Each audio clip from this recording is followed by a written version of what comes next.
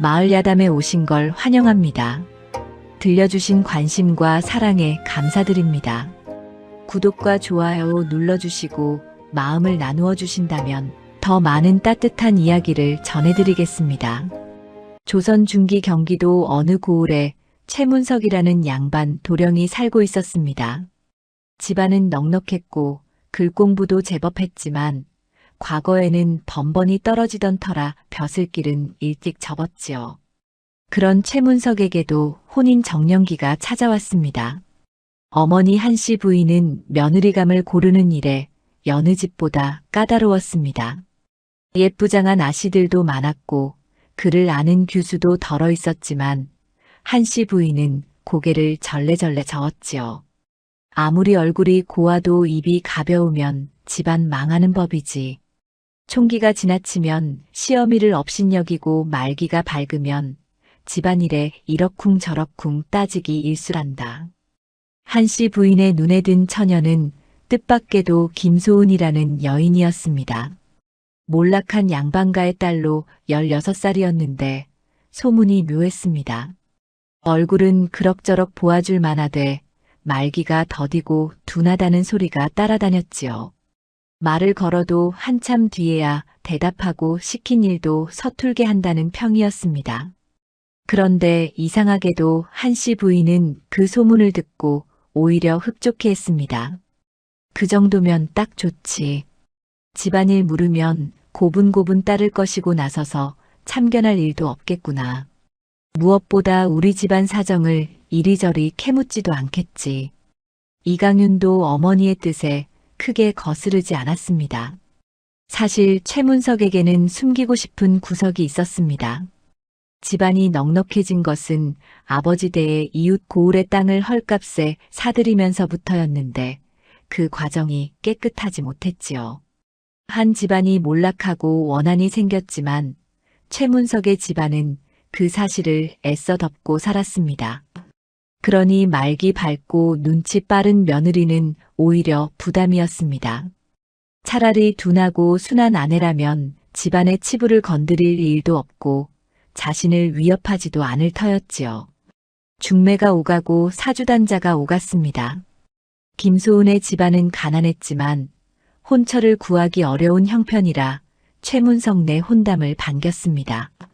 납해가 오가고 길일이 잡혔습니다. 혼례날이 다가오자 마을 사람들은 수군거렸지요. 이 도령댁이 김소은이라던데 그 둔한 여자 맞지? 맞다네. 말을 걸면 한참 멍하니 있다가 대답한다더군. 허허, 이 도령도 참. 그렇게 글을 읽더니 둔한 아내를 맞다니. 하지만 최문석 내 집안은 아랑곳하지 않았습니다. 오히려 한씨 부인은 흐뭇해하며 혼례 준비를 서둘렀지요. 혼례날이 밝았습니다. 김소은은 붉은 치마 저고리에 족두리를 쓰고 가마에 올랐습니다. 가마가 흔들릴 때마다 김소은은 고개를 숙인 채 꼼짝하지 않았지요. 신부 행차가 최문석의 집에 닿았을 때 마을 사람들이 구경을 나왔습니다. 김소은은 가마에서 내려 절을 올렸는데 움직임이 조심스럽고 느렸습니다. 누군가 말을 걸어도 고개만 살짝 숙일 뿐 대꾸가 없었지요. 저것 봐라. 정말 말이 없구먼. 혼례날인데도 절이 멍하니 있으니 속이 답답해 보이는구나. 사람들은 혀를 찼지만 한씨 부인은 속으로 만족했습니다. 저 정도면 시키는 대로 할 것이고 집안일에 쓸데없이 나서지도 않겠다 싶었지요. 최문석도 신부의 모습을 보며 안심했습니다. 저렇게 조용하고 둔해 보이는 아내라면 집안의 비밀을 캐낼 일도 없고 자신을 위협할 리도 없었으니까요. 혼례가 끝나고 김소은은 최문석의 집 안채로 들어갔습니다. 한씨 부인이 며느리를 맞으며 말했지요. 이제부터 이 집 며느리니 시키는 대로 잘 따르거라. 무슨 일이든 나에게 먼저 물어보고 함부로 나서지 말고. 김소은은 고개를 깊이 숙이고 대답했습니다. 예, 어머님. 목소리는 작고 낮았습니다. 한씨 부인은 흡족한 표정을 지었지요. 최문석도 옆에서 아내를 바라보며 속으로 생각했습니다. 저 정도면 아무 문제 없겠구나. 집안일이나 시키고 조용히 지내게 하면 되겠지. 하지만 김소은은 고개를 숙인 채 조용히 서 있는 동안에도 눈을 멈추지 않았습니다. 대청마루의 흠집, 벽에 걸린 족자의 위치, 마루 귀퉁이에 놓인 괴짝의 자물쇠, 한씨 부인의 말투와 눈빛, 최문석의 손이 떨리는 순간까지 모두 김소은의 눈에 담겼지요. 누가 보기에는 그저 고개 숙이고 멍하니 서 있는 새색시였지만 김소은의 머릿속은 바쁘게 돌아가고 있었습니다. 해가 저물고 첫날 밤이 다가왔습니다.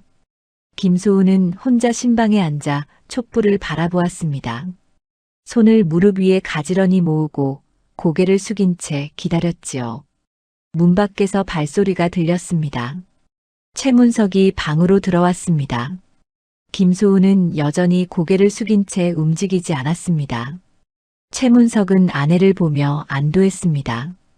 역시 소문대로 둔하고 말이 없는 아내였지요. 이 정도면 앞으로도 문제될 일이 없을 터였습니다.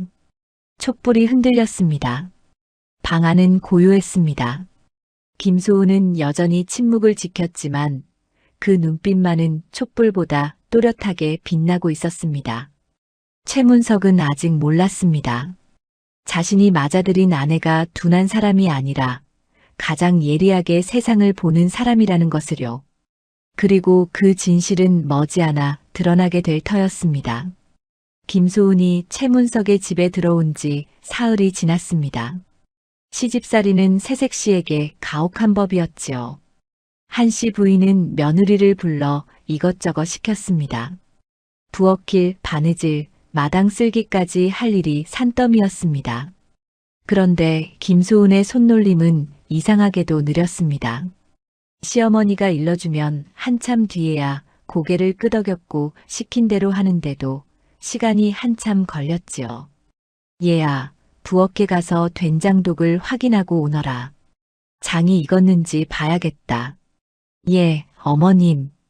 김소은은 천천히 일어나 부엌으로 향했습니다. 한씨 부인은 며느리의 뒷모습을 보며 혀를 찼지요. 저렇게 느려서야 제대로 일을 할 수 있을까 싶었지만 한편으로는 안심이 되었습니다. 저 정도로 둔하면 집안 사정을 캐물을 일도 없을 터였으니까요. 마을 사람들도 금세 소문을 냈습니다. 최문석 내 새색시가 말기가 더디고 일도 서툴다는 소리가 퍼졌지요. 우물가에서 아낙네들이 수군거렸습니다. 최 부인네 며느리 봤나? 인사를 시켜도 한참 뒤에야 절을 하더군. 맞아, 나도 봤어. 말을 걸었는데 멍하니 서 있다가 뒤늦게 대답하더라고. 허허, 최 도령도 참. 그런 며느리를 들였으니 앞으로 고생이겠어. 하지만 김소은은 그런 소문을 아랑곳하지 않았습니다. 아니, 오히려 그 소문을 듣고도 아무런 내색이 없었지요. 그저 고개를 숙이고 묵묵히 시키는 일을 할 뿐이었습니다. 어느 날 한씨 부인이 며느리를 불렀습니다. 얘야, 오늘은 손님이 오시니 음식을 장만해야 한다. 내가 일러주는 대로 잘 따라하거라. 예, 어머님. 김소은은 부엌으로 가서 한씨 부인이 시키는 대로 음식을 준비했습니다. 나물을 다듬고 생선을 손질하고 국을 끓였지요. 그런데 손놀림이 느려 한씨 부인이 답답해했습니다. 아이고, 그렇게 느리게 하면 언제 다 하겠느냐? 좀 더 빨리 움직여야지. 죄송합니다, 어머님. 김소은은 고개를 숙였지만 손놀림은 여전히 느렸습니다. 한씨 부인은 한숨을 쉬며 옆에서 지켜보았지요. 하지만 신기하게도 음식은 제대로 완성되었습니다. 맛도 나쁘지 않았고요. 한씨 부인은 속으로 생각했습니다. 느리긴 해도 시키는 일은 하는구나. 그 정도면 됐지. 저녁 무렵 손님이 찾아왔습니다. 최문석의 친구인 박서방이었지요. 박서방은 최문석과 함께 사랑방에 앉아 술잔을 기울였습니다. 김소은은 음식을 들고 사랑방으로 갔습니다. 상을 내려놓는 동작도 조심스럽고 느렸지요. 박서방이 김소은을 보고 웃으며 말했습니다. 자네 부인이 참 얌전하구먼. 말이 없고 조용하니 좋겠네. 최문석은 어색하게 웃었습니다. 김소은은 고개를 숙인 채 물러났지요. 박서방이 낮은 목소리로 속삭였습니다. 그런데 자네 소문이 사실인가? 부인이 말기가 더디다던데. 허허, 그저 조용한 성미일 뿐이네. 최문석은 얼버무렸지만 속으로는 박서방의 말이 맞다고 생각했습니다. 아내는 정말로 둔하고 느렸으니까요. 하지만 그게 오히려 다행이었습니다. 집안의 비밀을 캐낼 일도 없고 자신을 위협할 일도 없었으니까요. 그러나 김소은은 사랑방 밖에서 박서방과 최문석의 대화를 모두 듣고 있었습니다. 귀를 기울이지 않아도 들리는 목소리였지요. 김소은은 그 말들을 머릿속에 하나하나 새겨 넣었습니다. 박서방의 말투, 최문석의 어색한 웃음, 두 사람 사이에 흐르는 미묘한 긴장까지 모두 놓치지 않았습니다. 다음 날 아침 김소은은 마당을 쓸고 있었습니다. 한씨 부인이 마루에 앉아 며느리를 지켜보았지요. 김소은의 빗자루질은 느렸지만 꼼꼼했습니다. 구석구석 놓치는 곳이 없었지요. 한씨 부인은 혀를 차며 중얼거렸습니다. 느리긴 해도 성실하긴 하구나. 그때 이웃집 안악이 담을 넘어 말을 걸었습니다. 최 부인, 며느리가 일을 잘하는가 보네. 글쎄, 느려서 답답하기는 한데 시키는 일은 하니 그나마 다행이지. 허허, 그래도 말을 안 들으면 어쩔 뻔했나. 요즘 젊은 것들은 버릇이 없어서 말이야. 두 사람은 김소은이 듣는지 모르는지 이야기를 나눴습니다. 김소은은 여전히 고개를 숙이고 마당을 쓸 뿐이었지요. 하지만 귀는 두 사람의 대화를 놓치지 않았습니다. 며칠이 더 지나자 최문석네 집안 사람들은 모두 김소은을 얕잡아 보게 되었습니다. 둔하고 느린 며느리라는 평판이 굳어졌지요. 하인들도 김소은을 대할 때 예전만큼 조심하지 않았습니다. 어차피 말기가 더딘 여인이니 함부로 굴어도 괜찮다고 여겼으니까요. 빨래가 다 마르지 않았는데 가져가셔도 되겠습니까? 머슴이 김소은에게 물었습니다. 김소은은 한참 뒤에야 고개를 끄덕였지요. 머슴은 속으로 코웃음을 쳤습니다. 저렇게 둔한 부인이라니 참 답답하겠다 싶었습니다. 하지만 김소은은 그 모든 것을 보고 있었습니다. 누가 자신을 어떻게 대하는지, 누가 뒤에서 무슨 말을 하는지, 집안의 서열과 분위기가 어떻게 흘러가는지 모두 파악하고 있었지요. 머릿속에는 이미 이 집안의 지도가 그려지고 있었습니다. 누가 힘이 있고 누가 약한지, 누가 누구를 두려워하고 누가 누구에게 빚을 졌는지 하나하나 맞춰가고 있었습니다. 어느 날 밤 김소은은 혼자 방에 앉아 창밖을 바라보았습니다.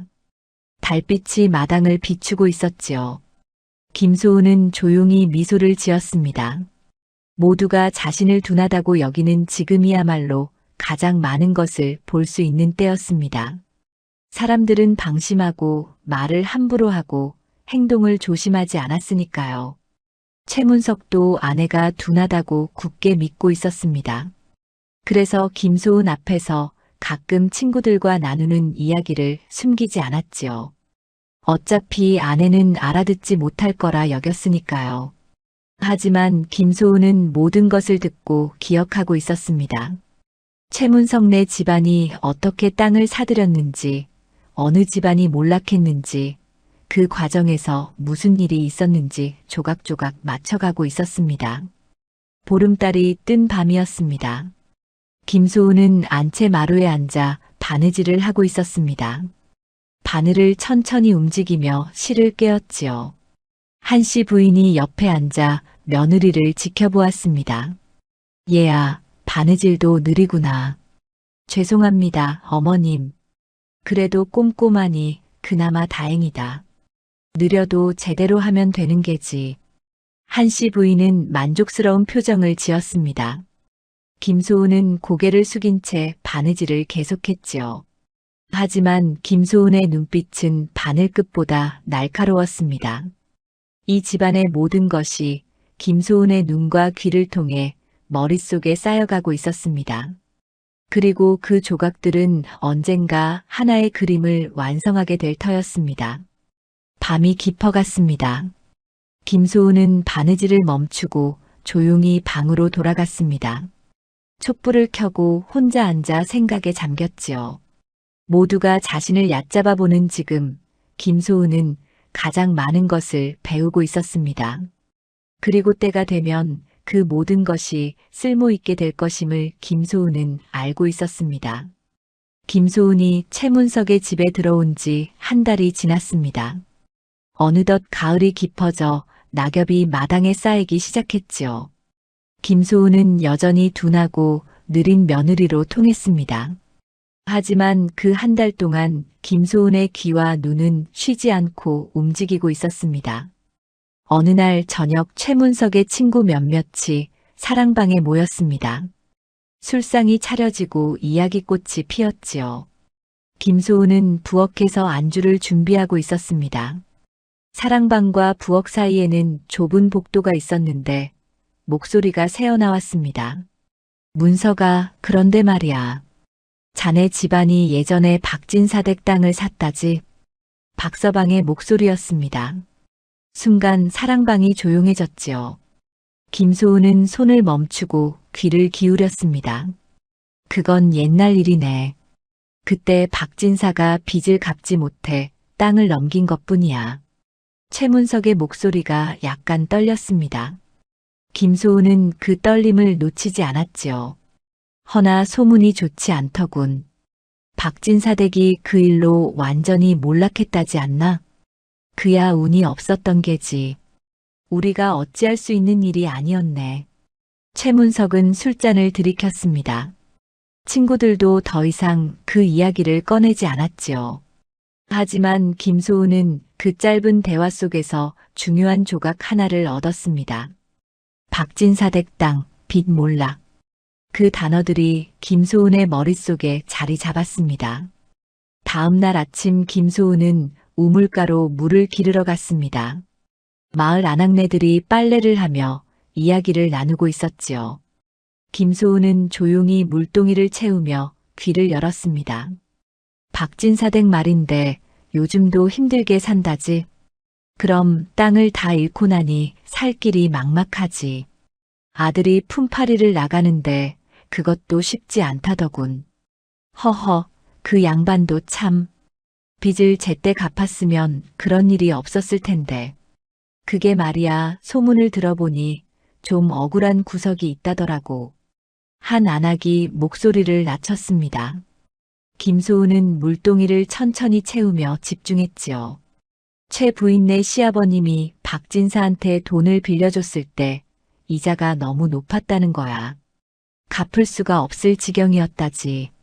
쉿, 그런 소리 함부로 하는 게 아니야. 최 부인네가 들으면 어쩌려고. 아낙네들은 김소은을 흘끔 보았습니다. 하지만 김소은은 여전히 멍하니 물동이만 바라보고 있었지요. 아낙네들은 안심하고 다시 수군거렸습니다. 저 며느리는 말기가 어두워서 괜찮을 거야. 그래도 조심해야지. 혹시라도 시어머니한테 가서 말하면 어쩌나. 에이, 저 부인이 뭘 알겠나. 듣고도 못 알아들을걸.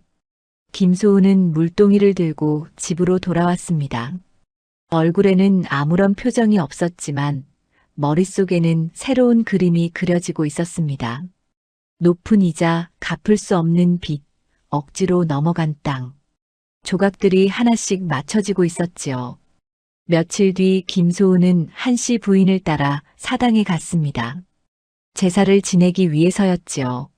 사당 안에는 최문석의 아버지 위패가 모셔져 있었습니다.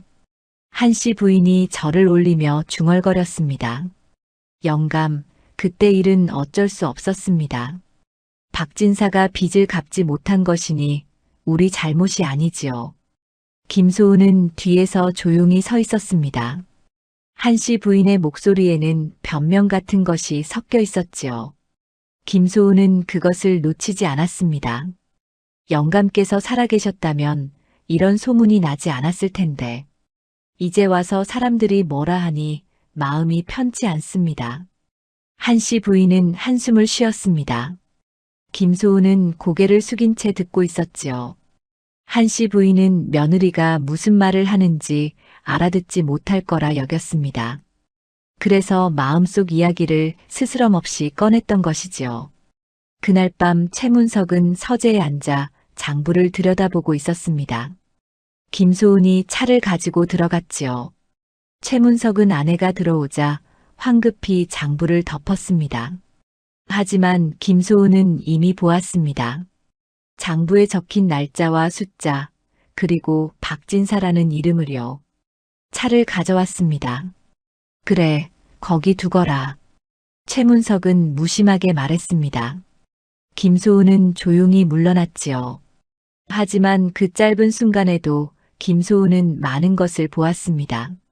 장부의 위치, 최문석의 불안한 눈빛, 떨리는 손가락까지 모두 머릿속에 담았습니다. 보름이 더 지났습니다. 어느 날 저녁 최문석네 집에 낯선 사람이 찾아왔습니다. 남루한 옷차림의 중년 사내였지요. 대문 밖에서 최문석을 불렀습니다. 최선비, 잠깐만 나와주시구려. 최문석은 얼굴이 굳어졌습니다. 밖으로 나가 사내와 이야기를 나눴지요.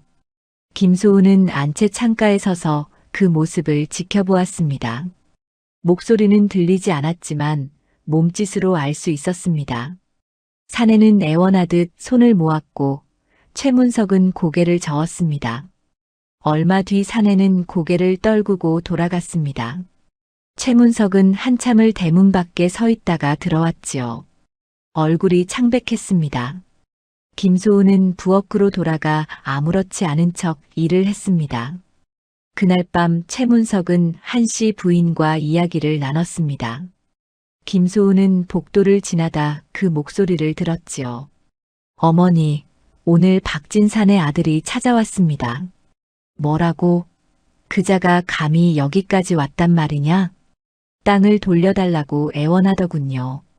살 길이 막막하다고.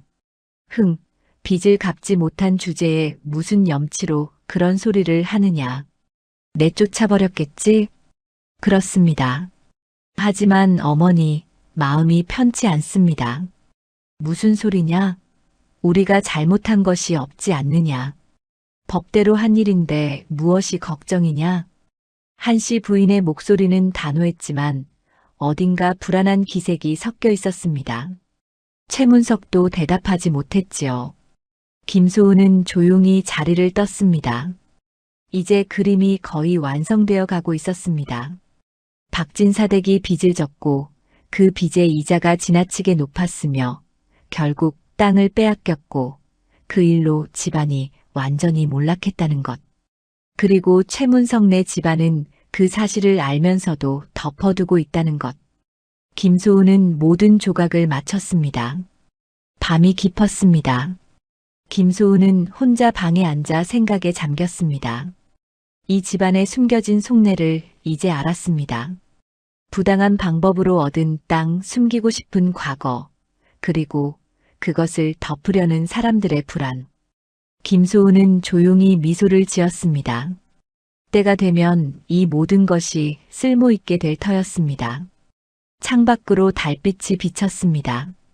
김소은은 여전히 둔한 며느리로 통했지만 이제 이 집안의 가장 큰 비밀을 알고 있는 사람이 되었습니다. 그리고 그 비밀은 언젠가 이 집안을 뒤흔들 열쇠가 될 것이었습니다. 김소은이 최문석의 집에 들어온 지 2달이 지났습니다. 낮에는 여전히 둔한 며느리였지만 밤은 달랐습니다. 문이 닫히고 촛불만 남은 방 안에서 김소은과 최문석은 부부로 지냈지요. 하지만 최문석은 아내와 제대로 된 대화를 나눠본 적이 없었습니다. 김소은은 밤에도 말이 없었고 최문석 역시 아내에게 할 말이 없다고 여겼으니까요. 어느 날 밤 최문석은 친구들과 술을 마시고 늦게 돌아왔습니다. 비틀거리며 방문을 열자 김소은이 촛불 앞에 앉아 바느질을 하고 있었지요. 최문석은 아내를 보며 픽 웃었습니다. 아직도 깨어 있었구려. 김소은은 고개를 숙인 채 바느질을 멈추지 않았습니다. 최문석은 옷을 벗으며 중얼거렸지요. 참 편하긴 해. 아내가 말이 없으니 시끄럽지도 않고. 김소은은 여전히 대답이 없었습니다. 최문석은 이불 위에 누우며 말했습니다. 박서방이 그러던데 자네 소문이 자자하다더군. 최서방네 며느리가 말기가 어둡다고. 허허. 최문석은 술 기운에 말이 많아졌습니다. 평소 같으면 하지 않았을 이야기까지 꺼냈지요. 사실 나도 처음엔 걱정했네. 아내가 너무 둔하면 어쩌나 싶었지. 하지만 지금 생각하니 잘된 일이야. 말기 밝은 아내였다면 집안일에 이것저것 참견했을 테니까. 김소은의 바늘이 잠시 멈췄습니다. 하지만 곧 다시 움직였지요. 최문석은 그것도 눈치채지 못했습니다. 특히 우리 집안일은 아내가 모르는 게 나아. 쓸데없이 알면 골치 아파지니까. 최문석은 천장을 보며 계속 말했습니다. 김소은은 바늘을 천천히 움직이며 들었지요. 박진사댁 일 말일세. 그건 정말 어쩔 수 없었어. 아버지께서 돈을 빌려주셨는데 박진사가 갚지 못한 거야. 우리가 뭘 어쩌겠나.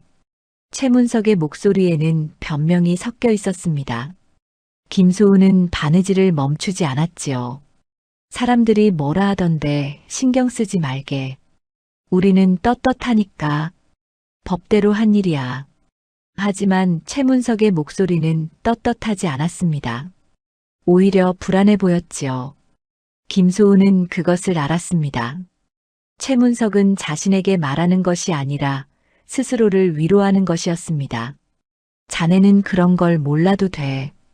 그냥 시키는 일이나 하면 되는 거야. 최문석은 그렇게 중얼거리다 잠이 들었습니다. 김소은은 바느질을 마치고 촛불을 끄지 않았습니다. 어둠 속에서 최문석의 잠든 얼굴을 바라보았지요. 그리고 조용히 생각했습니다. 밤이야말로 진실이 드러나는 시간이구나.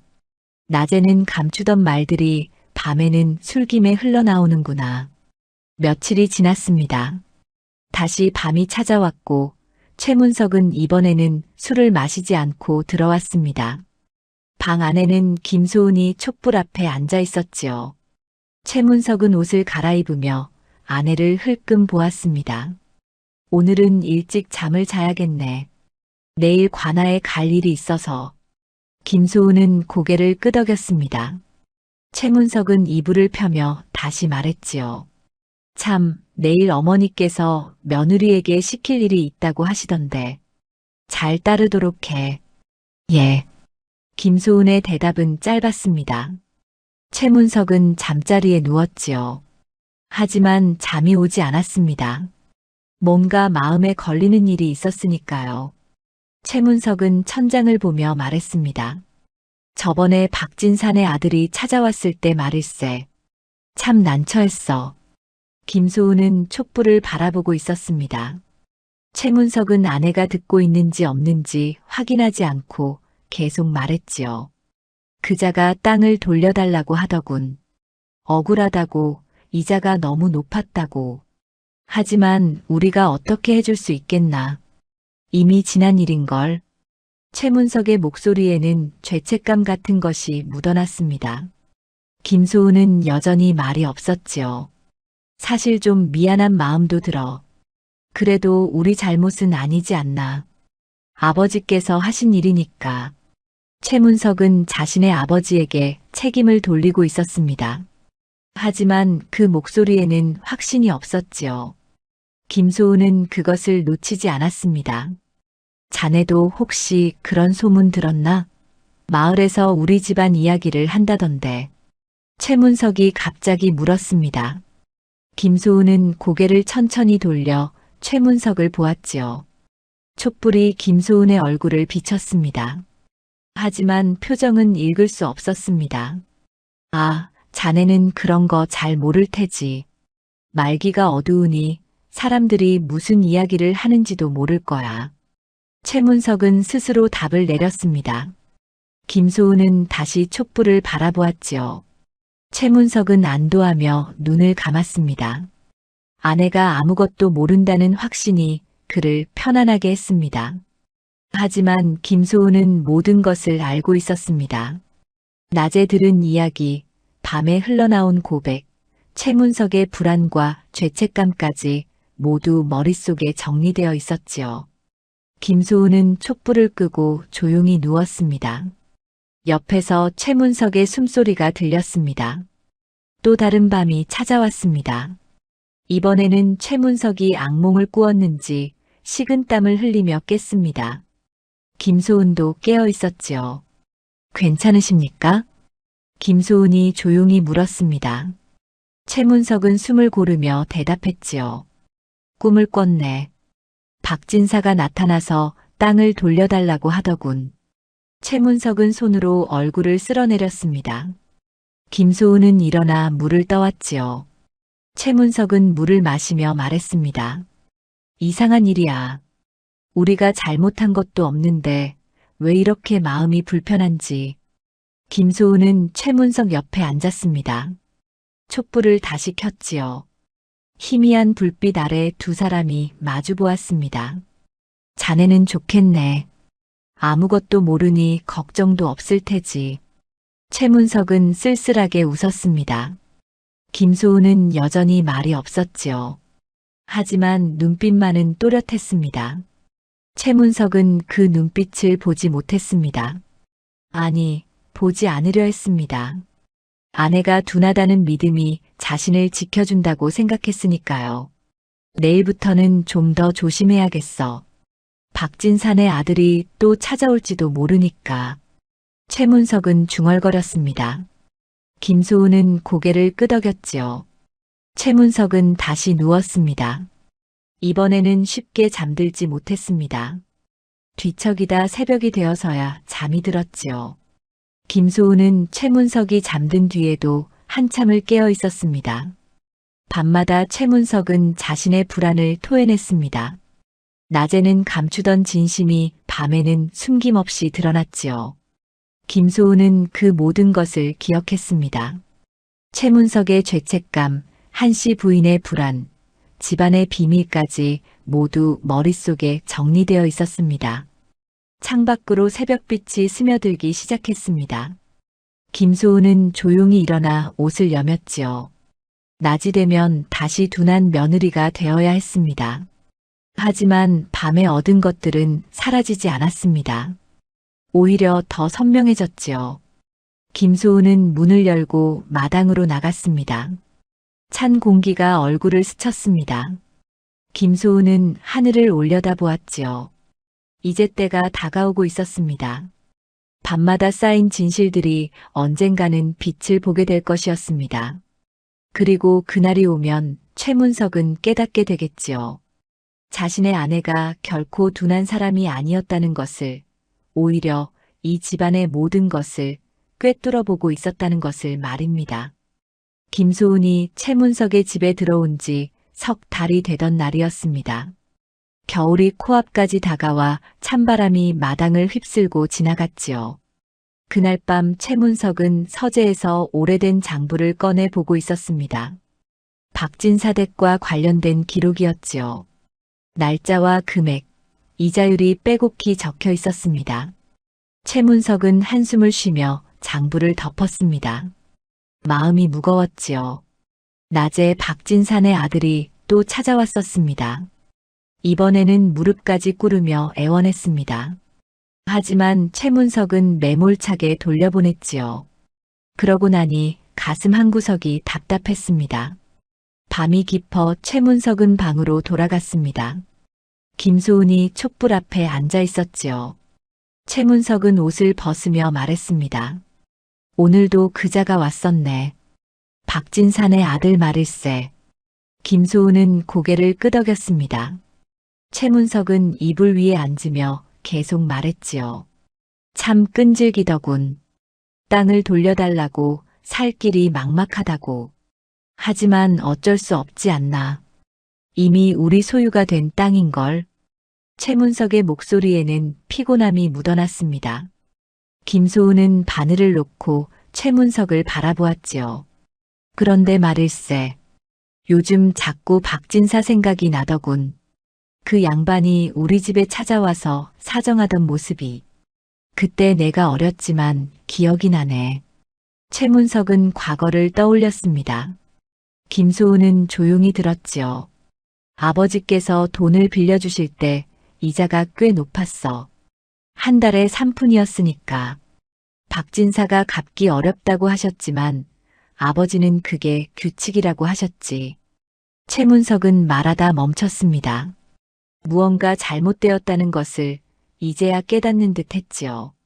3푼이면 1년이면 원금의 3할 6푼이 되는구나. 박진사가 100냥을 빌렸으니 1년이면 36냥의 이자가, 2년이면 72냥. 최문석은 계산하며 얼굴이 굳어졌습니다. 그제야 이자가 얼마나 가혹했는지 깨달은 것이지요. 박진사는 2년 만에 갚으려 했는데 원금과 이자를 합치면 172냥. 그 양반이 어떻게 그 돈을 마련하겠나. 최문석은 손으로 얼굴을 감쌌습니다. 김소은은 여전히 말없이 지켜보았지요. 결국 못 갚으니 땅으로 대신 받았고 그 땅이 지금 우리 논밭이 되었지. 하지만 그 땅의 가치는 300냥은 좋게 되는 땅이었어. 최문석의 목소리가 떨렸습니다. 자신이 무엇을 깨달았는지 알게 된 것이지요. 100냥을 빌려주고 300냥짜리 땅을 받은 거네. 이건 이자를 받은 게 아니라 땅을 빼앗은 거나 마찬가지야. 최문석은 고개를 떨구었습니다. 그동안 외면하던 진실이 눈앞에 펼쳐진 것이었지요. 김소은은 천천히 입을 열었습니다. 그 거래가 있었던 날은 정월 대보름이었습니다. 최문석은 깜짝 놀라 아내를 보았습니다. 김소은이 처음으로 제대로 된 말을 한 것이었지요. 그것도 너무나 또렷하고 정확한 목소리로. 뭐라고? 정확히는 순조 23년 정월 대보름날 옷이었습니다. 박진사께서 100냥을 빌리러 오신 날 말입니다. 김소은의 목소리는 차분했습니다. 최문석은 말문이 막혔지요. 그리고 2년 뒤 같은 날 박진사께서 돈을 갚으러 오셨지만 이자를 포함한 금액을 마련하지 못하셨습니다. 그래서 시아버님께서 땅 문서를 받으셨지요. 김소은은 마치 장부를 읽듯 정확하게 말했습니다. 최문석은 입이 벌어진 채 아내를 바라보았지요. 자네가 어찌 그걸 아나? 서재에 있는 검은색 괴짝 안왼쪽에서 세 번째 장부에 적혀 있었습니다. 붉은 비단으로 묶인 장부 말입니다. 김소은의 말에 최문석은 식은땀이 흘렀습니다. 그 장부는 아무에게도 보이지 않으려 깊이 숨겨둔 것이었지요. 언제 그걸 봤단 말인가? 보지 않았습니다. 다만 서방님께서 밤마다 서재에서 나오실 때 손에 먹물이 묻어 계셨고 그 색깔이 오래된 먹물이었습니다. 그리고 장부를 보실 때마다 얼굴이 어두우셨지요. 김소은은 차근차근 설명했습니다. 최문석은 점점 더 놀라움에 빠져들었지요. 또한 마을 사람들의 이야기, 어머님께서 사당에서 하신 말씀, 박진사댁 아들이 찾아왔을 때 나눈 대화까지 모두 들었습니다. 그 조각들을 맞추니 전체 그림이 보였습니다. 김소은은 촛불을 똑바로 바라보며 말했습니다. 최문석은 그제야 깨달았지요. 자신의 아내가 둔한 것이 아니라 모든 것을 보고 듣고 있었다는 것을. 자네가 지금까지 다 알고 있었단 말인가? 예. 김소은의 대답은 짧았지만 단호했습니다. 최문석은 당황하여 일어났지요. 그럼 왜 지금까지 아무 말도 하지 않았나? 왜 둔한 척을 했단 말인가? 말을 하면 서방님께서 경계하셨을 것입니다. 저를 멀리 하셨을 테고 진실은 더 깊이 숨겨졌겠지요. 김소은은 차분하게 설명했습니다. 최문석은 뒤로 물러나며 주저앉았지요. 그렇다면 자네는 지금 나를 협박하려는 건가? 이 일을 밖에 알리겠다고? 아닙니다. 김소은은 고개를 저었습니다. 최문석은 의아한 표정을 지었지요. 그럼 왜 이 이야기를 하는 건가? 서방님께 기회를 드리려 합니다. 김소은은 최문석을 똑바로 바라보았습니다. 그 눈빛은 더 이상 둔하지 않았지요. 오히려 또렷하고 강했습니다. 시아버님께서 하신 일은 잘못되었습니다. 하지만 서방님은 아직 바로잡을 수 있습니다. 박진사 댁에 땅을 돌려주십시오.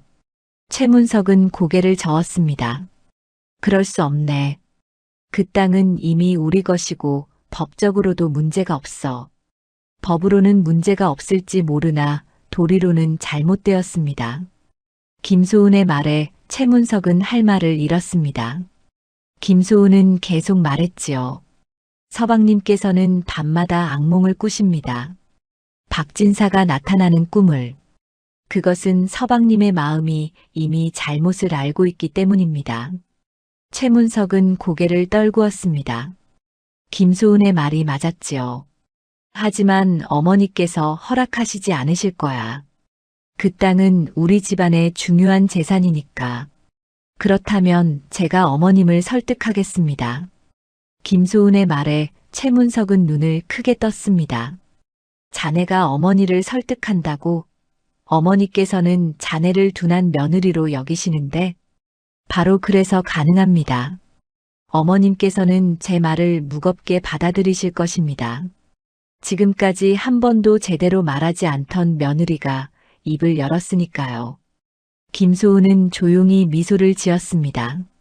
최문석은 그제야 깨달았지요. 아내가 얼마나 영리한 사람인지, 그리고 자신이 얼마나 큰 착각을 하고 있었는지를. 자네는 처음부터 계획한 것인가?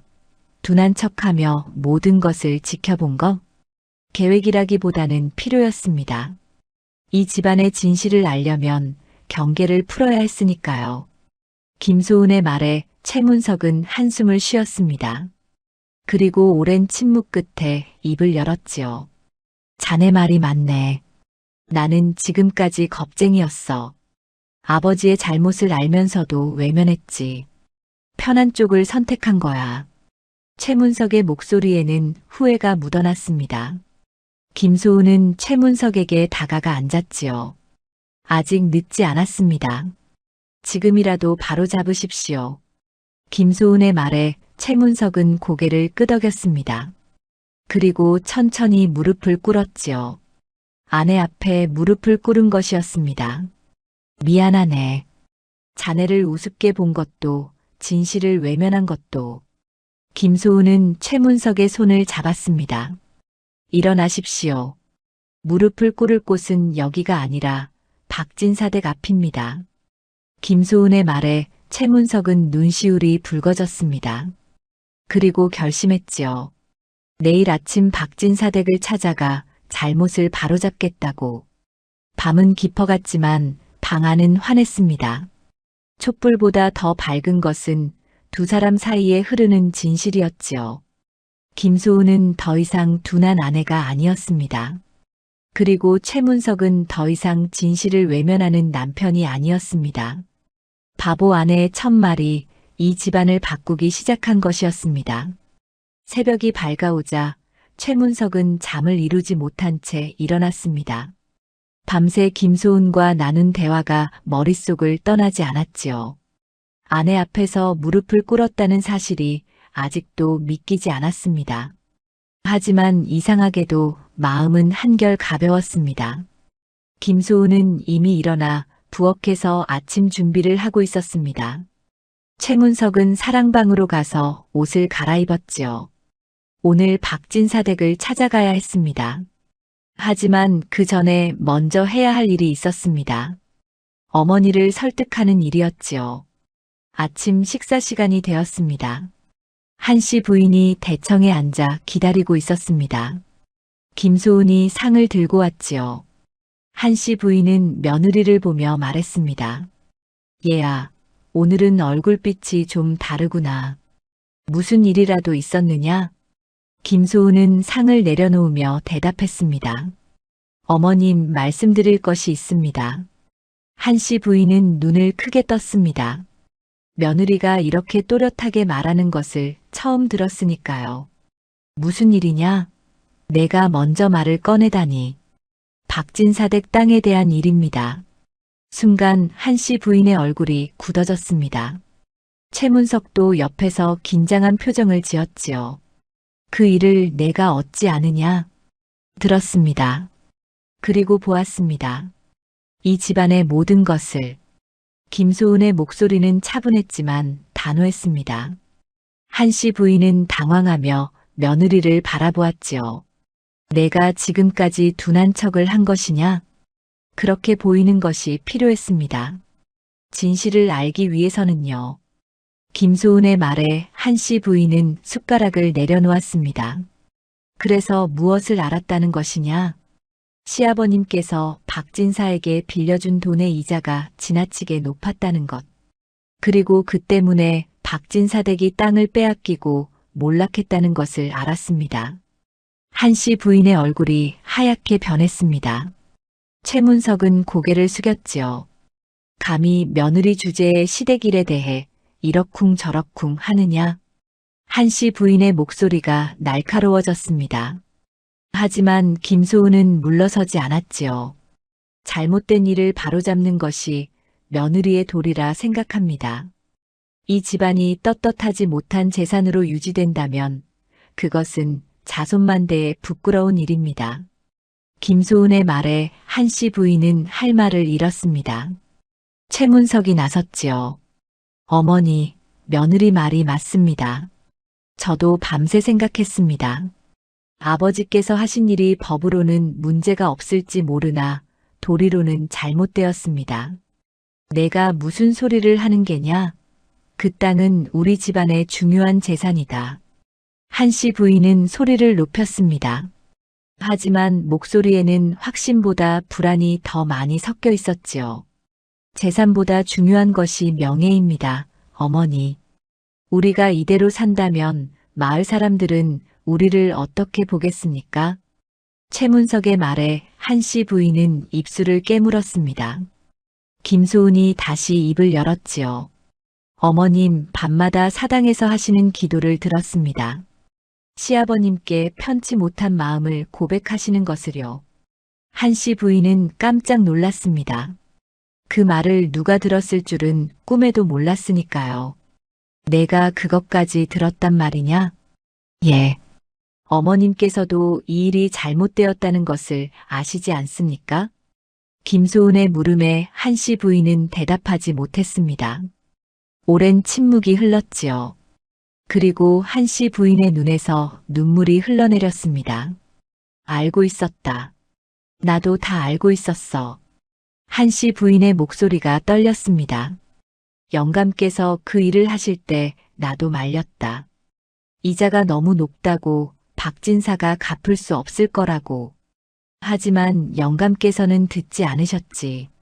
한씨 부인은 얼굴을 손으로 가렸습니다. 그리고 박진사댁이 몰락하는 것을 보면서도 나는 외면했다. 우리 집안이 편해지는 것이 좋았으니까. 하지만 그 뒤로 단 하루도 마음 편한 날이 없었어. 최문석은 어머니의 고백을 들으며 가슴이 아팠습니다. 어머니도 고통받고 있었던 것이지요. 어머니, 그렇다면 이제라도 바로잡읍시다. 박진사댁에 땅을 돌려드립시다. 최문석의 말에 한씨 부인은 고개를 저었습니다. 하지만 그 땅이 없으면 우리 살림이 어려워진다. 어렵더라도 떳떳하게 사는 것이 낫지 않겠습니까? 김소은이 조용히 말했습니다. 한씨 부인은 며느리를 바라보았지요. 내가 정말 이 집안을 위해서 하는 말이냐? 그렇습니다, 어머님. 이 집안이 바르게 서야 저도 떳떳하게 살 수 있습니다. 김소은의 말에 한씨 부인은 긴 한숨을 쉬었습니다. 그리고 천천히 고개를 끄덕였지요. 알았다. 내 말이 맞구나. 이제라도 잘못을 바로 잡아야겠지. 한씨 부인의 말에 최문석은 안도했습니다. 김소은도 조용히 미소를 지었지요. 하지만 한 가지 조건이 있다. 한씨 부인이 말했습니다. 내가 직접 박진사 댁에 가서 사과하겠다. 영감 대신 내가 책임을 져야지. 최문석은 어머니의 손을 잡았습니다. 어머니, 제가 함께 가겠습니다. 나도 함께 가겠습니다. 김소은도 말했습니다. 한씨 부인은 두 사람을 바라보며 눈물을 닦았지요. 그날 오후 세 사람은 박진사 댁으로 향했습니다. 남루한 초가집이 보였습니다. 한때는 기와집에서 살던 양반가였지만 지금은 초라한 모습이었지요. 최문석이 대문을 두드렸습니다. 누구십니까? 안에서 목소리가 들렸습니다. 박진사의 아들이었지요. 최문석입니다. 잠시 뵙고 싶습니다. 문이 열렸습니다. 박진사의 아들은 최문석을 보고 놀란 표정을 지었습니다. 최 선비께서 어인일로 여기까지 오셨습니까? 박진사 어르신을 뵙고 싶습니다. 박진사의 아들은 의아한 표정으로 세 사람을 안으로 안내했습니다. 안방에는 백발이 성성한 박진사가 앉아 계셨지요. 최문석 네 식구들을 보고 놀라는 표정을 지었습니다. 한씨 부인이 먼저 앞으로 나갔습니다. 그리고 박진사 앞에 무릎을 꿇었지요. 최문석과 김소은도 함께 무릎을 꿇었습니다. 이게 무슨 일이십니까? 박진사는 당황하며 물었습니다. 한씨 부인이 고개를 숙이며 말했지요. 어르신, 용서를 구하러 왔습니다. 저희 집안이 어르신께 큰 잘못을 저질렀습니다. 박진사는 어리둥절한 표정을 지었습니다. 한씨 부인은 계속 말했지요. 제 남편이 어르신께 돈을 빌려드릴 때 이자가 지나쳤습니다. 그리고 그 때문에 어르신께서 땅을 잃으신 것도 알고 있습니다. 모두 저희 잘못입니다. 한씨 부인의 목소리는 떨렸지만 진심이 담겨 있었습니다. 박진사는 눈시울이 붉어졌지요. 뒤늦게나마 잘못을 바로잡고자 합니다. 땅 문서를 가져왔습니다. 돌려드리겠습니다. 최문석이 품에서 땅 문서를 꺼냈습니다. 박진사는 그것을 보고 손이 떨렸지요. 이게 정말입니까? 예, 어르신. 당연히 돌려드려야 할 것을 이제야 드립니다. 늦어서 죄송합니다. 최문석은 땅 문서를 박진사 앞에 놓았습니다. 박진사는 그것을 보며 눈물을 흘렸지요. 고맙습니다. 정말 고맙습니다. 박진사의 아들도 옆에서 눈물을 닦았습니다. 한씨 부인이 다시 말했지요. 용서해 주십시오. 저희가 어르신 집안에 큰 고통을 드렸습니다. 박진사는 고개를 저었습니다. 아닙니다. 이렇게 찾아와 주신 것만으로도 감사합니다. 용서합니다. 박진사의 말에 한씨 부인은 깊이 절을 올렸습니다. 최문석과 김소은도 함께 절을 올렸지요. 박진사는 손을 내밀어 한씨 부인을 일으켜 세웠습니다. 일어나십시오. 부인께서 이렇게 무릎을 꿇으시니 제가 오히려 송구스럽습니다. 세 사람은 천천히 일어났습니다. 김소은은 박진사를 바라보며 생각했지요. 진심 어린 사과가 얼마나 큰 힘이 있는지를, 무릎을 꿇는 것이 굴욕이 아니라 용기라는 것을.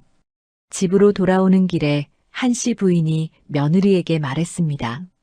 얘야, 고맙구나. 내가 아니었다면 우리는 평생 죄를 안고 살았을 게다. 아닙니다, 어머님. 바로잡으신 분은 어머님과 서방님이십니다. 김소은의 말에 한씨 부인은 며느리의 손을 꼭 잡았습니다. 최문석도 아내를 바라보며 고개를 끄덕였지요. 해가 지고 있었습니다. 세 사람의 그림자가 길게 늘어졌습니다. 하지만 그 그림자는 더 이상 무겁지 않았습니다. 잘못을 바로잡은 뒤에 가벼움이었지요. 무릎을 꿇는 것은 굴복이 아니라 용기였습니다. 그리고 그 용기가 이 집안을 바꾸기 시작한 것이었습니다. 박진사 댁에 땅을 돌려준 뒤 며칠이 지났습니다. 마을에는 소문이 퍼지기 시작했지요. 최문석네 집안이 박진사에게 땅을 돌려주었다는 이야기였습니다. 사람들은 놀라워했습니다. 세상에 최씨 댁이 박진사에게 땅을 돌려줬다지. 그것도 그 집 마님이 직접 무릎까지 꿇으셨다더군. 허허, 그 집안이 양심을 되찾았구먼. 우물가에서 아낙네들이 수군거렸습니다. 어떤 이는 감탄했고 어떤 이는 의아해했지요. 하지만 대부분은 최문석네 집안을 다시 보기 시작했습니다. 최문석은 서재에 앉아 장부를 정리하고 있었습니다. 땅을 돌려주고 나니 집안 살림이 빠듯해졌지요. 하지만 마음만은 편했습니다. 김소은이 차를 들고 들어왔습니다. 서방님, 차를 가져왔습니다. 고맙네. 최문석은 차를 받아 마셨습니다. 김소은은 옆에 앉으며 물었지요. 걱정이 많으신 것 같습니다. 땅을 돌려주고 나니 수입이 줄었네. 앞으로 살림이 넉넉하지 않을 게야. 최문석의 목소리에는 걱정이 묻어났습니다. 김소은은 조용히 웃었지요. 하지만 후회는 하지 않으시지요? 물론이네. 돈보다 중요한 것이 마음의 평안이니까. 최문석은 창밖을 바라보며 말했습니다. 김소은은 남편의 옆모습을 보며 미소를 지었지요. 제가 도와드리겠습니다. 바느질로 돈을 벌 수 있습니다. 아내가 바느질로 돈을 번다니 체면이 서지 않네. 체면보다 살림이 중요하지 않습니까? 김소은의 말에 최문석은 고개를 끄덕였습니다. 며칠 뒤 김소은은 마을 아낙네들의 옷을 깁고 바느질하는 일을 시작했지요. 솜씨가 좋아 소문이 났고 일감이 점점 늘어났습니다. 한씨 부인도 변했습니다. 예전에는 마을 사람들을 만나기 꺼려했지만 이제는 당당했지요. 어느 날 한씨 부인이 장터에 갔습니다. 몇몇 부인들이 다가와 말을 걸었습니다. 부인, 용기 있는 일을 하셨다고 들었습니다. 아닙니다. 당연히 해야 할 일을 했을 뿐입니다. 한씨 부인은 담담하게 대답했습니다. 부인들은 감탄하며 말했지요. 쉽지 않은 결정이셨을 텐데 훌륭하십니다. 며느리가 바른 말을 해준 덕분입니다. 한씨 부인은 김소은을 칭찬했습니다. 집에 돌아온 한씨 부인은 며느리를 불렀지요. 얘야, 이리 와보거라. 예, 어머님. 김소은이 다가가자 한씨 부인은 며느리의 손을 잡았습니다. 내가 이 집안을 바로 세웠구나. 고맙다. 어머님께서 용기를 내셨기에 가능한 일이었습니다. 김소은의 말에 한씨 부인은 눈시울이 붉어졌습니다. 처음에는 내가 둔하다고 생각했는데 알고 보니 가장 지혜로운 사람이었구나. 지혜롭지는 않습니다. 다만 조용히 지켜보았을 뿐입니다. 그것이 진짜 지혜란다. 한씨 부인은 며느리를 끌어안았습니다. 김소은도 시어머니를 안으며 생각했지요. 진심은 결국 통한다는 것을. 하지만 선택에는 대가가 따르는 법이었습니다. 땅을 돌려준 뒤 최문석네 집안의 살림은 빠듯해졌지요. 예전처럼 풍족하지 않았습니다. 하인들에게 줄 품삯도 줄어들었습니다. 어느 날 머슴 하나가 최문석을 찾아왔습니다. 송구스럽지만 품삯을 올려주실 수 없겠습니까? 미안하네만 지금은 형편이 어려워서 어렵네. 최문석은 난처한 표정을 지었습니다. 머슴은 고개를 숙이며 말했지요. 그렇다면 다른 집으로 옮겨야 할 것 같습니다. 그래, 자네 형편을 탓할 수 없지. 알아서 하게. 머슴이 나간 뒤 최문석은 한숨을 쉬었습니다. 김소은이 옆에 다가왔지요. 서방님, 제가 그 일을 하겠습니다. 아니네. 아내가 어찌 밭일을 한단 말인가. 저도 할 수 있습니다. 함께하면 되지 않겠습니까? 김소은의 말에 최문석은 아내를 바라보았습니다. 그 눈빛에는 결연함이 담겨 있었지요. 고맙네. 함께 해보세. 다음 날부터 최문석과 김소은은 함께 밭으로 나갔습니다. 양반 도령이 직접 농사를 짓고 양반 부인이 밭을 매는 모습에 마을 사람들은 놀라워했지요. 저것 봐라. 최선비가 직접 밭을 가는구먼. 며느리도 함께 일하네. 저 집안도 이제 예전 같지 않은가 보네. 사람들은 수군거렸지만 비웃지는 않았습니다. 오히려 안쓰러운 눈빛으로 바라보았지요. 해가 저물고 두 사람은 집으로 돌아왔습니다. 온몸이 땀으로 젖어 있었습니다. 한씨 부인이 물을 떠왔지요. 수고했구나. 이제 쉬어라. 어머니, 괜찮습니다. 최문석은 물을 마시며 말했습니다. 김소은도 옆에 앉아 숨을 고르고 있었지요. 힘들지 않나? 한씨 부인이 며느리에게 물었습니다. 김소은은 고개를 저었지요. 힘들지만 마음은 편합니다. 그래, 떳떳하게 번 돈으로 사는 것이 진짜 편안함이지. 한씨 부인의 말에 세 사람은 미소를 지었습니다. 석 달이 지났습니다.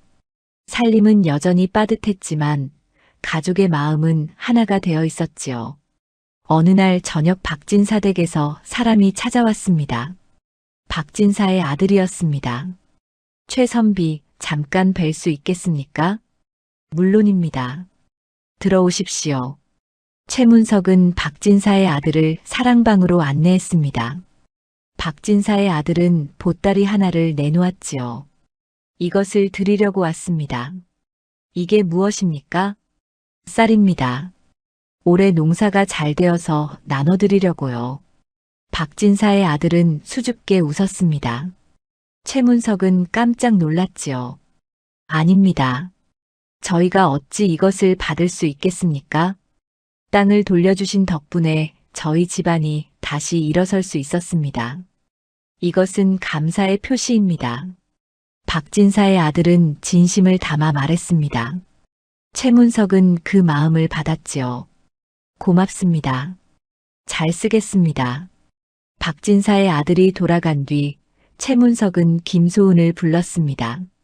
박진사 댁에서 쌀을 보내왔네. 참 고마운 일입니다. 김소은은 쌀을 보며 미소를 지었습니다. 최문석도 아내를 바라보며 말했지요. 자네 말이 맞았네. 바르게 살면 복이 돌아온다고. 복은 이미 돌아왔습니다. 마음의 평안이 가장 큰 복이니까요. 김소은의 말에 최문석은 고개를 끄덕였습니다. 그날 밤 세 식구가 함께 밥상에 앉았습니다. 박진사 댁에서 보내온 쌀로 지은 밥이었지요. 한씨 부인이 밥을 한 숟가락 떠서 입에 넣으며 말했습니다. 이 밥이 평생 먹은 밥 중에 가장 맛있구나. 저도 그렇습니다, 어머니. 최문석도 동의했습니다. 김소은은 두 사람을 바라보며 조용히 웃었지요. 선택에는 대가가 따랐지만 그보다 큰 것을 얻었습니다. 바로 떳떳함과 평안이었지요. 밤이 깊어갔습니다. 최문석은 김소은과 함께 방에 앉아 있었습니다. 촛불이 흔들렸지요. 자네 덕분에 내 인생이 바뀌었네. 아닙니다. 서방님께서 스스로 선택하신 것입니다. 하지만 자네가 없었다면 나는 평생 잘못을 외면하고 살았을 게야. 최문석은 아내의 손을 잡았습니다. 김소은도 남편의 손을 꼭 쥐었지요. 지금이 행복합니까? 김소은이 물었습니다.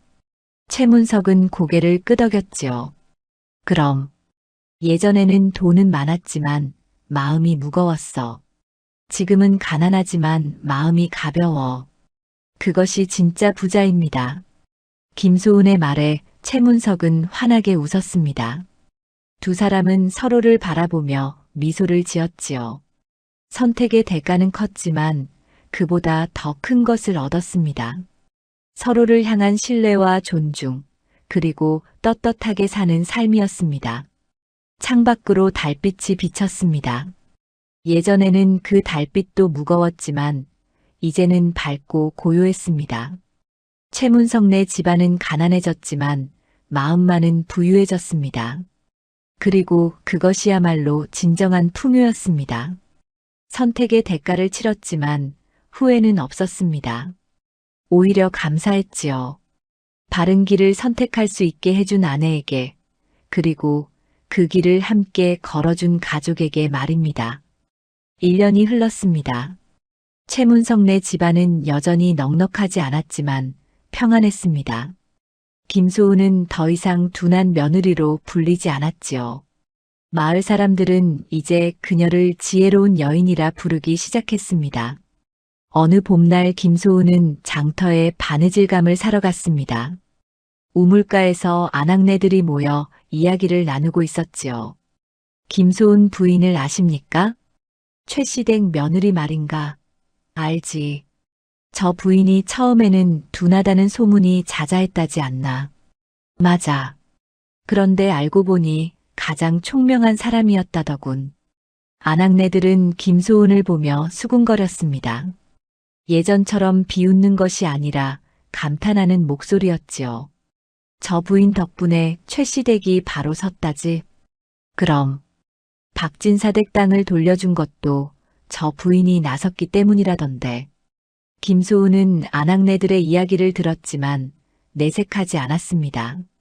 조용히 물건을 사서 집으로 돌아왔지요. 집에 돌아오니 최문석이 마당에서 기다리고 있었습니다. 다녀왔네. 예, 서방님. 김소은은 물건을 내려놓으며 남편을 바라보았습니다. 최문석의 얼굴에는 미소가 가득했지요. 좋은 소식이 있네. 무슨 소식입니까? 관아에서 서기 자리를 제안했네. 녹봉은 많지 않지만 떳떳한 일이야. 최문석의 말에 김소은은 기뻐했습니다. 잘 되었습니다. 서방님께서 하실 만한 일입니다. 자네 덕분이네. 자네가 나를 바른 길로 이끌어준 덕분에 이런 기회가 온 거야. 최문석은 아내의 손을 잡았습니다. 김소은은 고개를 저었지요. 아닙니다. 서방님께서 스스로 바뀌셨기에 가능한 일입니다. 두 사람은 서로를 바라보며 미소를 지었습니다. 한씨 부인이 대청에서 내려와 말했지요. 얘야, 고맙구나. 내가 이 집안에 온 것이 하늘의 뜻이었나 보다. 어머님께서 받아주셔서 감사합니다. 김소은은 시어머니께 공손히 절을 올렸습니다. 한씨 부인은 며느리를 일으켜 세우며 말했지요. 처음에는 내가 둔해서 좋다고 생각했지. 하지만 알고 보니 가장 슬기로운 며느리를 맞은 거였구나. 슬기롭지는 않습니다. 다만 지켜보고 기다렸을 뿐입니다. 그것이 진짜 슬기로움이란다. 한씨 부인은 며느리를 다정하게 안았습니다. 며칠 뒤 박진사 댁에서 또 찾아왔습니다. 이번에는 박진사가 직접 왔지요. 손에는 보따리를 들고 있었습니다. 최선비 한씨 부인, 그리고 김씨 부인께 인사드리러 왔습니다. 어르신, 어서 들어오십시오. 최문석은 박진사를 안으로 모셨습니다. 한씨 부인과 김소은도 마루에 앉았지요. 올해 농사가 잘 되어 과일을 좀 가져왔습니다. 박진사는 보따리를 풀었습니다. 탐스러운 배와 사과가 들어있었지요. 어르신, 이렇게까지 하지 않으셔도 됩니다. 최문석은 송구스러워했습니다. 박진사는 고개를 저었지요. 아닙니다. 댁 식구들 덕분에 저희 집안이 다시 일어섰습니다. 이것은 감사의 표시입니다. 박진사는 김소은을 바라보며 말했습니다. 특히 부인께 감사드립니다. 부인께서 바른 말씀을 해주셨기에 이 모든 일이 가능했다고 들었습니다. 김소은은 고개를 숙이며 대답했습니다. 아닙니다. 저는 아무것도 하지 않았습니다. 아닙니다. 부인께서 침묵 속에서 진실을 보셨고 그것을 바로잡으셨습니다. 그것이야말로 진정한 지혜입니다. 박진사의 말에 김소은은 조용히 미소를 지었습니다. 최문석과 한씨 부인도 며느리를 자랑스럽게 바라보았지요. 박진사가 돌아간 뒤 세 식구는 마루에 앉아 과일을 나눠 먹었습니다. 배를 한 입 베어 물자 달콤한 즙이 흘러나왔지요. 참 맛있구나. 한씨 부인이 감탄했습니다. 최문석도 고개를 끄덕였지요. 박진사 어르신께서 정성을 다해 기르신 게 느껴집니다. 바르게 산다는 것이 이런 것이로구나. 마음도 편하고 이웃과의 관계도 좋아지고. 한씨 부인의 말에 김소은은 조용히 동의했습니다. 저녁이 되었습니다. 최문석과 김소은은 방에 앉아 있었습니다. 촛불이 은은하게 방 안을 비쳤지요. 자네에게 물어보고 싶은 게 있네. 최문석이 말했습니다. 김소은은 고개를 돌려 남편을 바라보았지요. 왜 처음부터 진실을 말하지 않았나? 왜 둔한 척을 했던 건가? 김소은은 잠시 생각하다가 입을 열었습니다. 사람들은 듣고 싶은 것만 듣고 보고 싶은 것만 봅니다. 제가 처음부터 총명하게 굴었다면 서방님 집안은 경계했을 것입니다. 그렇겠지. 그래서 침묵했습니다. 침묵 속에서 사람들은 방심하고 진실을 드러냅니다. 제가 할 일은 그것을 지켜보는 것뿐이었습니다. 김소은의 말에 최문석은 고개를 끄덕였습니다. 참으로 지혜로웠네. 나는 자네를 둔하다고 여겼지만 사실은 내가 둔했던 거야. 아닙니다.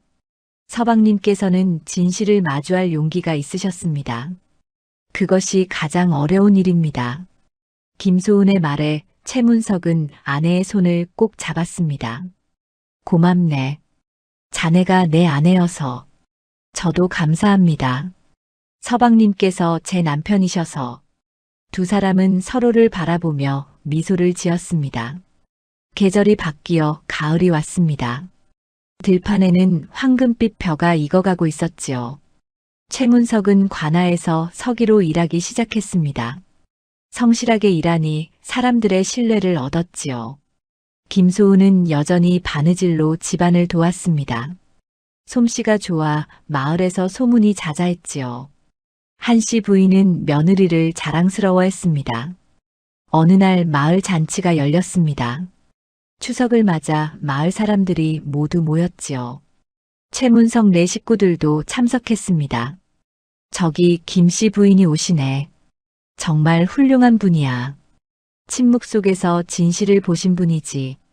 사람들은 김소은을 보며 존경의 눈빛을 보냈습니다. 예전에 둔하다고 비웃던 사람들도 이제는 고개를 숙였지요. 한 안악이 김소은에게 다가와 말했습니다.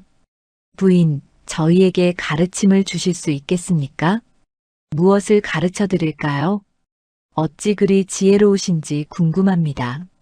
안악의 물음에 김소은은 잠시 생각하다 대답했습니다. 지혜롭지 않습니다. 다만 조용히 듣고 지켜보았을 뿐입니다. 말하기보다 듣는 것이, 행동하기보다 관찰하는 것이 때로는 더 많은 것을 알려줍니다. 김소은의 말에 사람들은 고개를 끄덕였습니다. 그 말 속에 깊은 뜻이 담겨 있음을 느꼈지요. 해가 저물 무렵 최문석 네 식구들은 집으로 돌아왔습니다. 마당에는 달빛이 가득했지요. 세 사람은 마루에 나란히 앉았습니다. 참 좋은 밤이로구나. 한씨 부인이 하늘을 올려다보며 말했습니다. 최문석도 동의했지요. 그렇습니다, 어머니. 마음이 편하니 달빛도 더 밝아 보입니다. 김소은은 두 사람을 바라보며 조용히 웃었습니다. 1년 전 이 집에 처음 왔을 때와는 모든 것이 달라져 있었지요. 집안은 가난해졌지만 마음은 부유해졌습니다. 사람들의 시선도 달라졌습니다. 얘야, 내가 우리 집안의 복이구나. 한씨 부인이 며느리의 손을 잡으며 말했습니다. 김소은은 고개를 저었지요. 제가 복을 가져온 것이 아니라 이 집안이 스스로 복을 만드셨습니다. 아니다. 내가 우리에게 용기를 주었어. 잘못을 바로잡을 용기를 말이야. 최문석도 아내를 바라보며 말했습니다. 김소은은 두 사람의 손을 함께 잡았지요. 저는 운이 좋았습니다. 진실을 마주할 용기가 있는 가족을 만났으니까요. 세 사람은 서로의 손을 꼭 잡고 달을 바라보았습니다. 달빛은 고요했고 바람은 부드러웠습니다. 세월이 흘러 김소은의 이야기는 마을에 전설처럼 전해졌습니다. 둔한 척하며 진실을 지켜보다가 집안을 바로 세운 지혜로운 아내의 이야기였지요. 사람들은 그 이야기를 들으며 깨달았습니다. 가장 조용한 사람이 가장 많은 것을 보고 있을 수 있다는 것을, 그리고 진정한 지혜는 말이 아니라 침묵 속에 있을 수 있다는 것을 말입니다. 최문석은 관아에서 인정받아 점점 높은 자리로 올라갔습니다. 하지만 결코 교만하지 않았지요. 언제나 아내의 가르침을 기억했습니다. 한씨 부인은 마을에서 존경받는 어르신이 되었습니다. 잘못을 바로잡은 용기 있는 분으로 기억되었지요. 그리고 김소은은 여전히 조용했습니다. 사람들이 지혜롭다고 칭찬해도 교만하지 않았지요. 다만 묵묵히 자신의 자리에서 최선을 다했습니다. 바느질을 하고 집안을 돌보고 이웃을 도왔습니다. 어느 겨울밤 최문석과 김소은은 따뜻한 방 안에 앉아 있었습니다. 최문석이 아내를 바라보며 말했지요. 자네와 함께해서 참 다행이네. 저도 그렇습니다. 앞으로도 계속 함께 걸어가세. 바른 길을. 예, 서방님. 함께 가겠습니다. 두 사람은 손을 맞잡고 미소를 지었습니다. 창밖으로 눈이 내리기 시작했지요. 하얀 눈이 세상을 덮어가고 있었습니다. 하지만 방 안은 따뜻했습니다. 서로를 향한 믿음과 존중으로 가득 차 있었으니까요.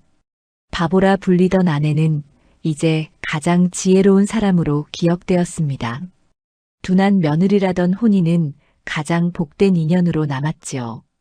그리고 무엇보다 중요한 것은 이 집안이 떳떳하게 살게 되었다는 것이었습니다. 침묵이 말보다 강할 때가 있고 기다림이 행동보다 지혜로울 때가 있습니다. 김소은은 그것을 알고 있었고 그 지혜로 한 집안을 바로 세웠습니다. 이것이 바보라 불리던 아내의 진짜 이야기였습니다.